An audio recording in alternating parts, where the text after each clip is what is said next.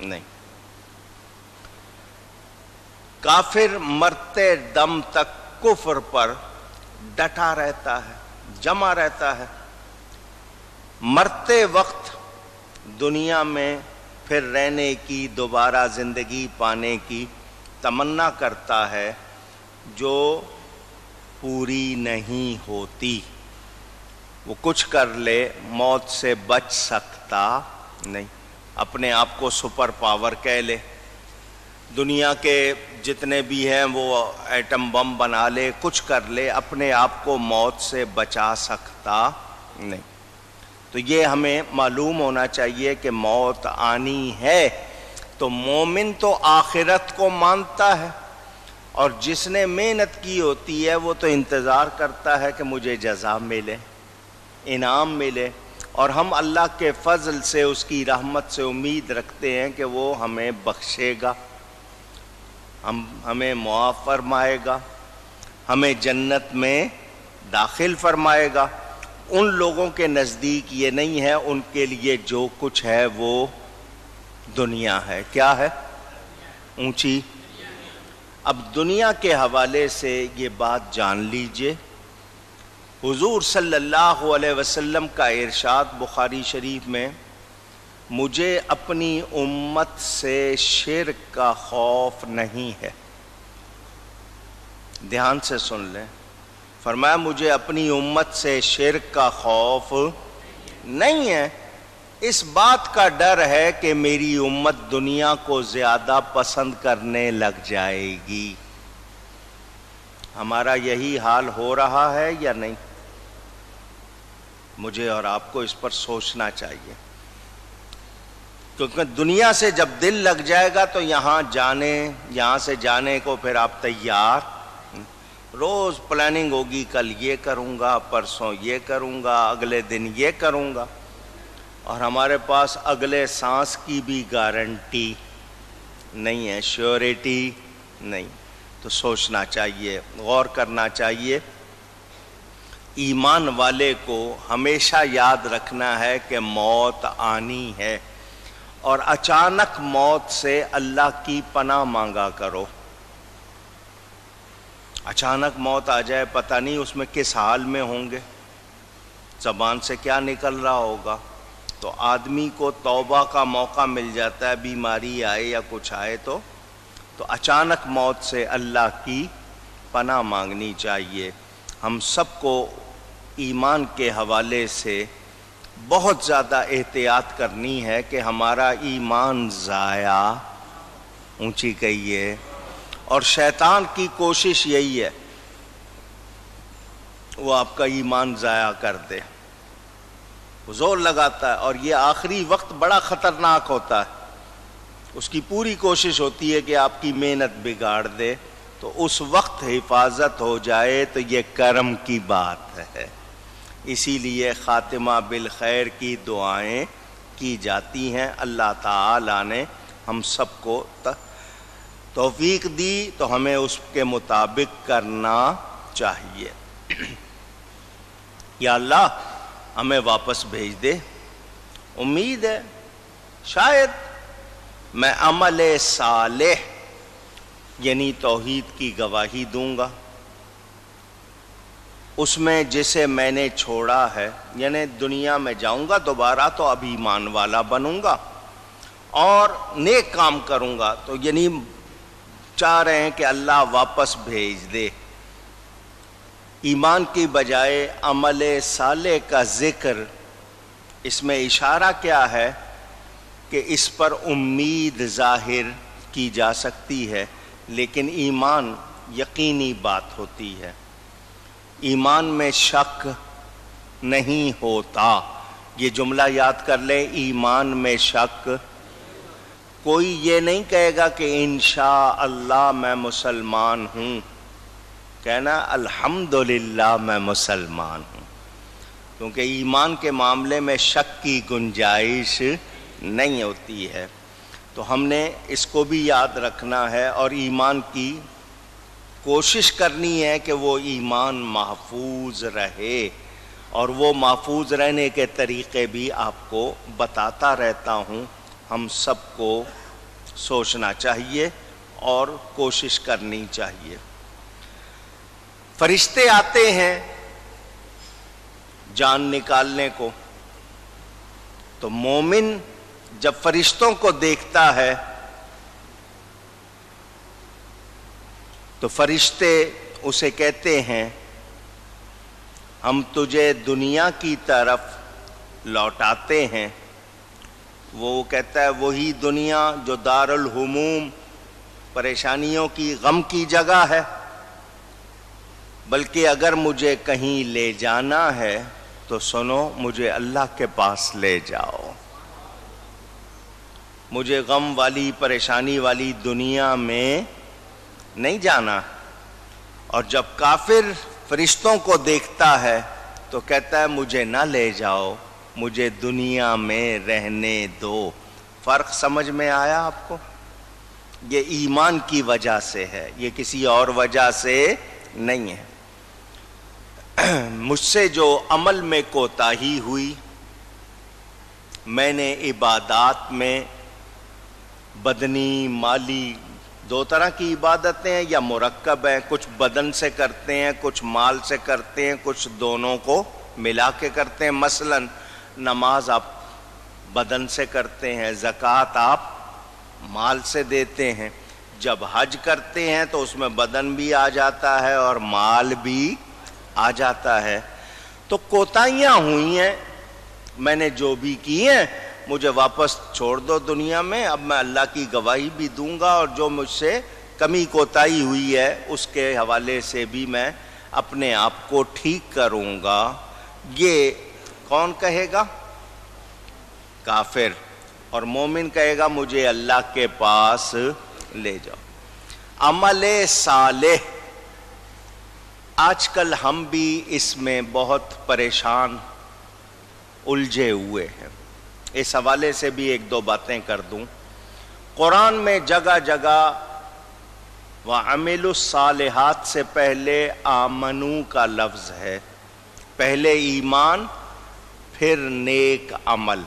تو پہلی بنیادی چیز تو ایمان ہو گئی کہ ایمان کے حوالے سے پختہ ہونا چاہیے، صحیح ہونا چاہیے، پکا ہونا چاہیے۔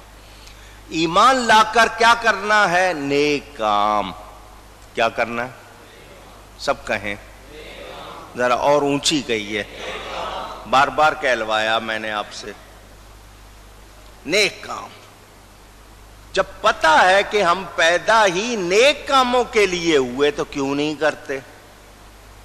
سمجھ دی گئی، رہنمائی کی گئی، معلومات پہنچائی گئی، کون سا کام صحیح نہیں ہے، تو جب صحیح نہیں ہے اور پتہ ہے تو پھر کیوں اس کی طرف جاتے ہیں؟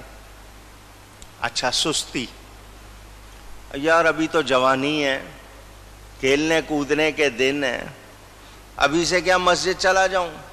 بوڑھا ہوں گا تو چلا جاؤں گا۔ تو جب گناہ کرنے کی طاقت نہیں رہی پھر آئے عبادت کی طرف۔ اب بدن میں طاقت نہیں ہے، عبادت کیا ہوگی؟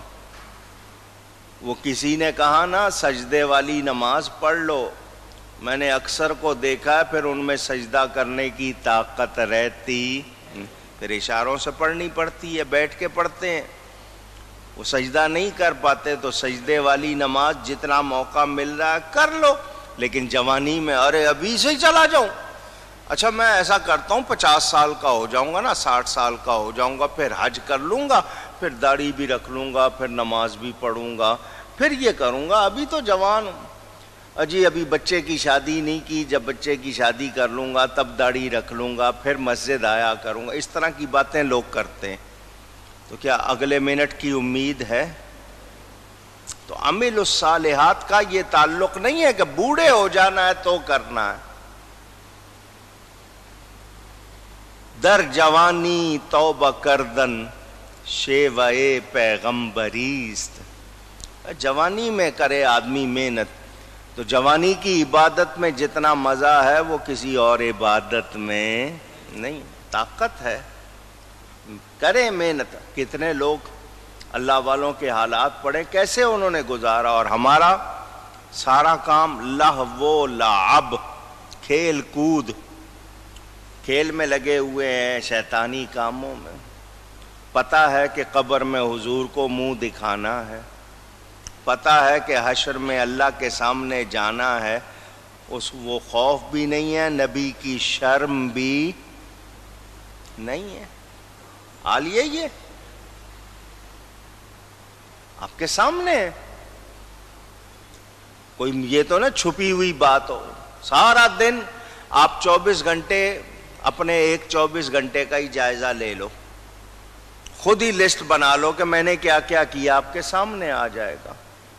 اعلیٰ حضرت فرماتے ہیں دن لہو میں کھونا تجھے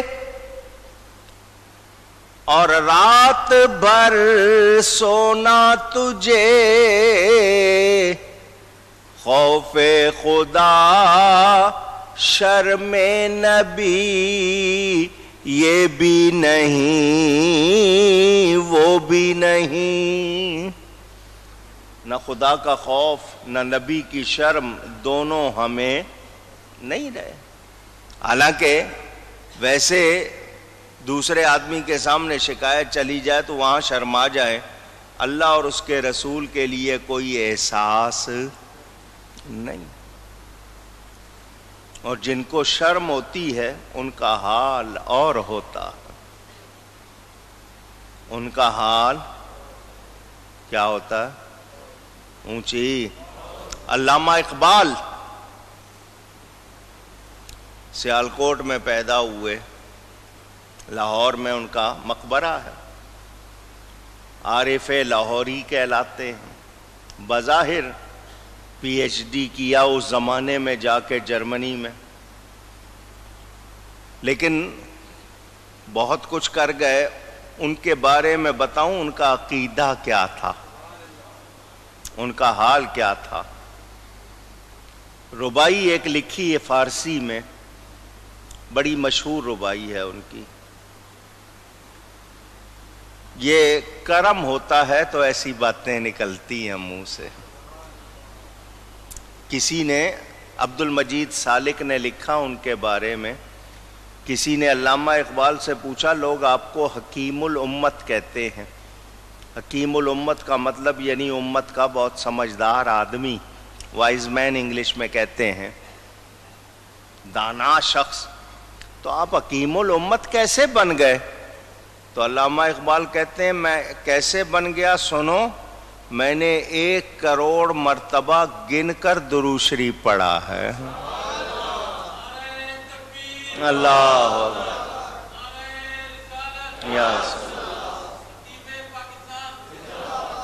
حضور پر درود شریف بھیجنے کی برکت سے میری سمجھ میں اللہ نے خوبی رکھ دی ہے۔ وہ فرماتے ہیں تو غنی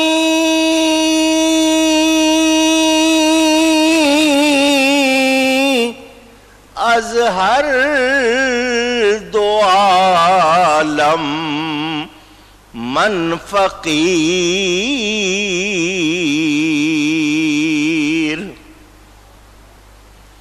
روز محشر عذر ہائے من پذیر،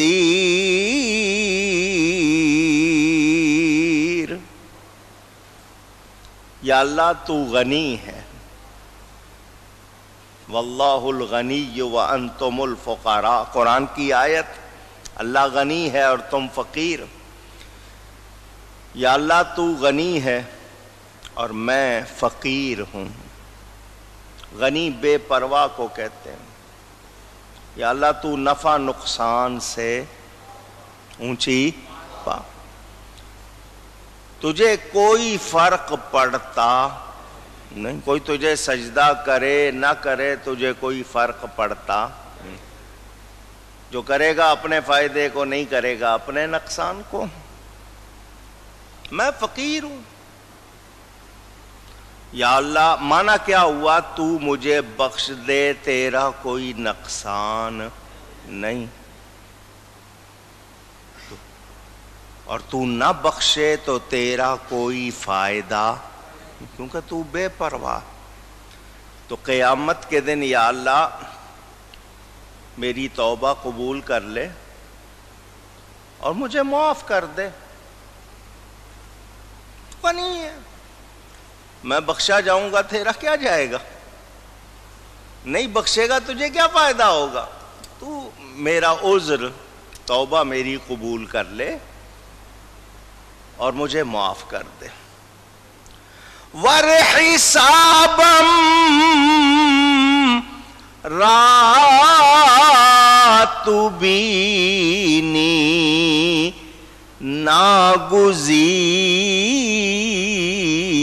ناگزیر. اور اگر تو نے نہیں معاف کرنا، حساب ضروری کرنا ہے، تو پھر مولا میری ایک چھوٹی سی درخواست ضرور مان لے. تو غنی ہے، معاف کر دے. اور اگر معاف نہیں کرنا اور حساب ضرور کرنا ہے، وَرْحِسَابًا رَاتُ بِینِی ناگزیر. از نگاہ مصطفیٰ پناہ بگیر.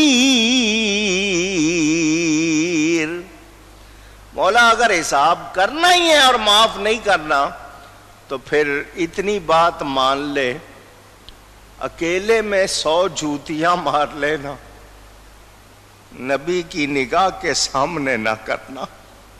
مجھے ان سے بہت شرم آئے گی کہ میرا امتی مجھ سے محبت کا دعویٰ اور یہ کرتا تھا. ان کی نگاہوں سے الگ کر کے سزا دینا ان کے سامنے مجھے بہت شرم آئے گی. آج عمل الصالحات کی بات کر رہا ہوں، آپ کو سنا رہا ہوں، خود میں شرمندہ ہو رہا ہوں، اپنا حال میرے سامنے.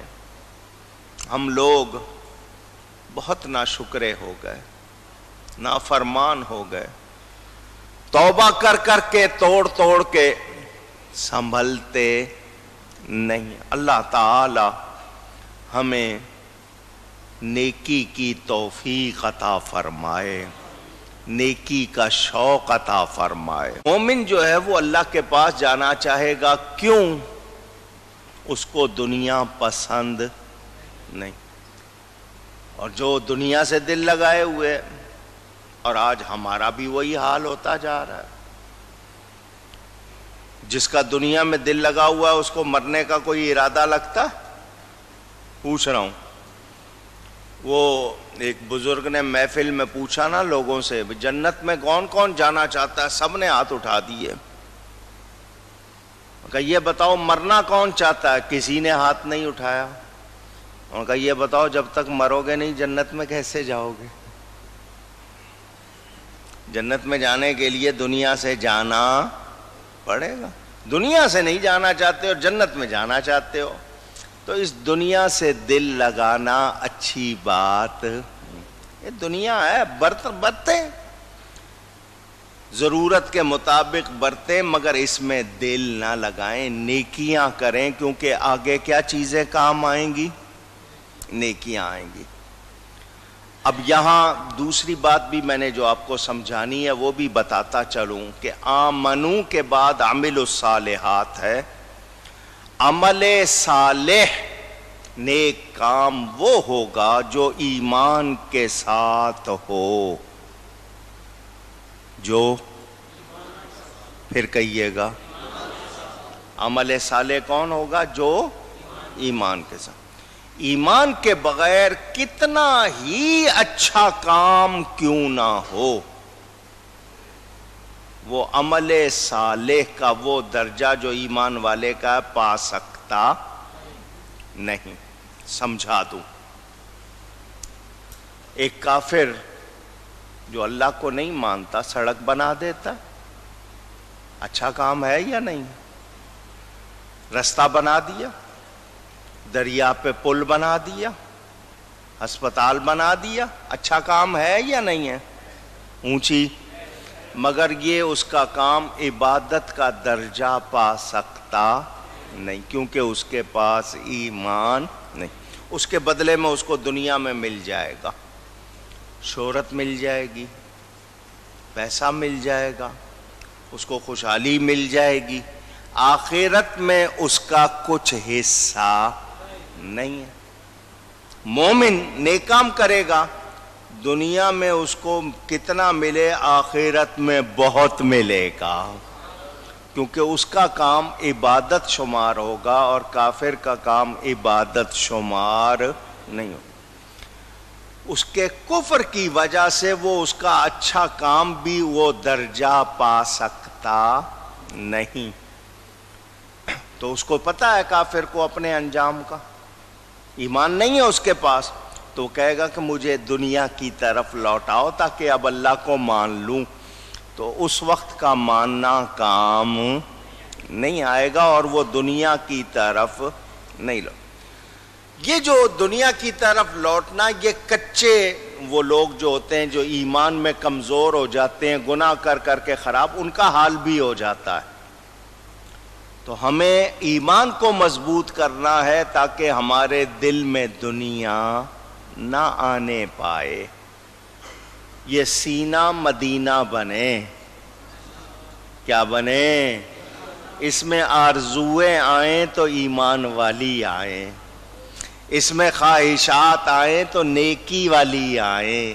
تو یہ کب ہوگا؟ جب ہم اسی کی طرف دھیان دیں گے، اور جب دنیا میں دل لگا لیں گے تو پھر اس دنیا میں خوبیاں نہیں آئیں گی۔ یہ جو اندر ہے نا، یہ اس کی صفائی بہت ضروری ہے، اور یہ صفائی ہوتی ہے کسی اللہ والے کے پاس بیٹھنے سے۔ مولانا روم فرماتے ہیں نا، قال راب گزار مردے حال شو